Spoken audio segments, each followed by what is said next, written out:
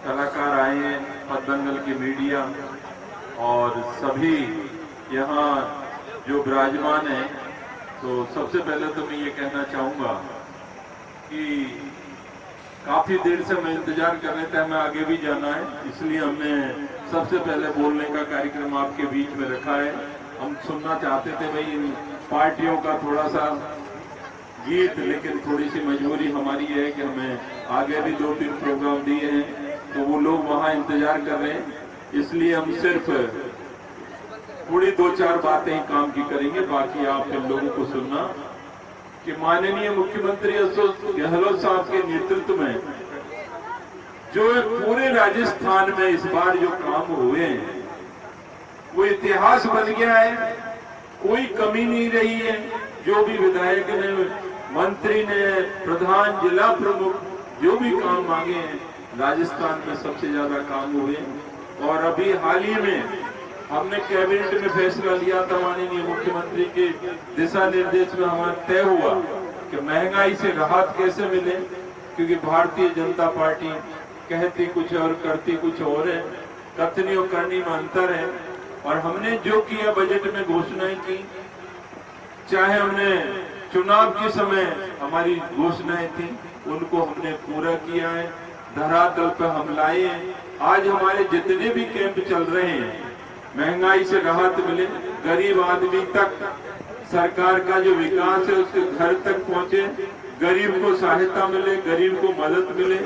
तो आप लोग देख रहे हैं कि बीपीएल में जो लोग हैं या उज्ज्वला योजना में पात्रता रखते हैं, उनको मात्र 500 रुपए में गैस सिलेंडर मिलेगा। जिन लोगों को पहले 500, 750 पेंशन मिल रही थी, अब 1000 रुपए पेंशन मिलेगी। नरेगा में जो लोग काम कर रहे थे, 100 दिन का काम किया, उनको 25 दिन का और एक्स्ट्रा काम मिलेगा, 1000 रुपए का मानदेय मिलेगा।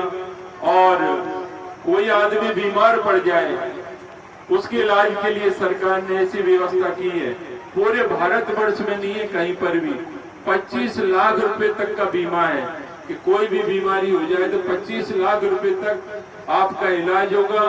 दुर्घटना में कोई मृत्यु हो जाए, एक्सीडेंट में कोई मृत्यु हो जाए तो 10 लाख रुपए मिलेंगे।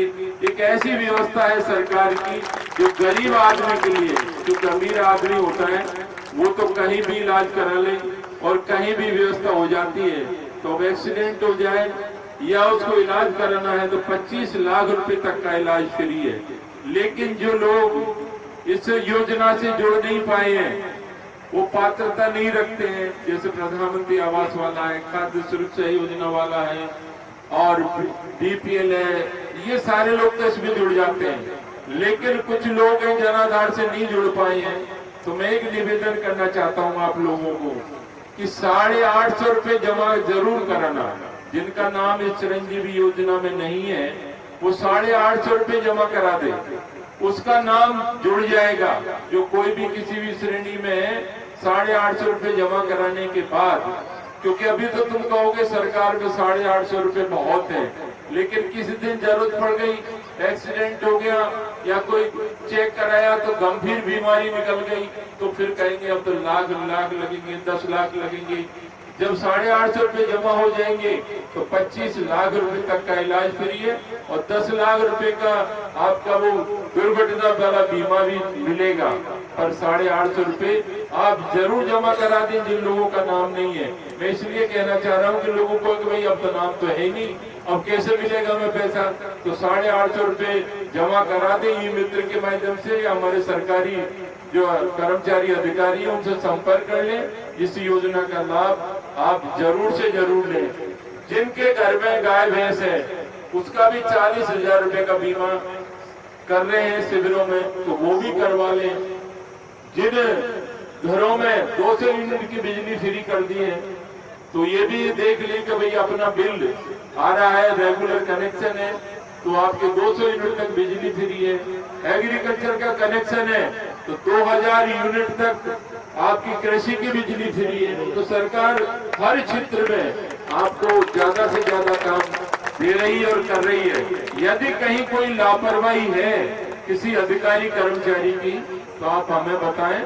एक दिन जब आप कहेंगे तो आपके यहाँ गांव में आ जाएंगे, पंचायत में आ जाएंगे और यही अधिकारियों को बुला लेंगे, आपके जो भी काम आप करवाएंगे। और उसके अलावा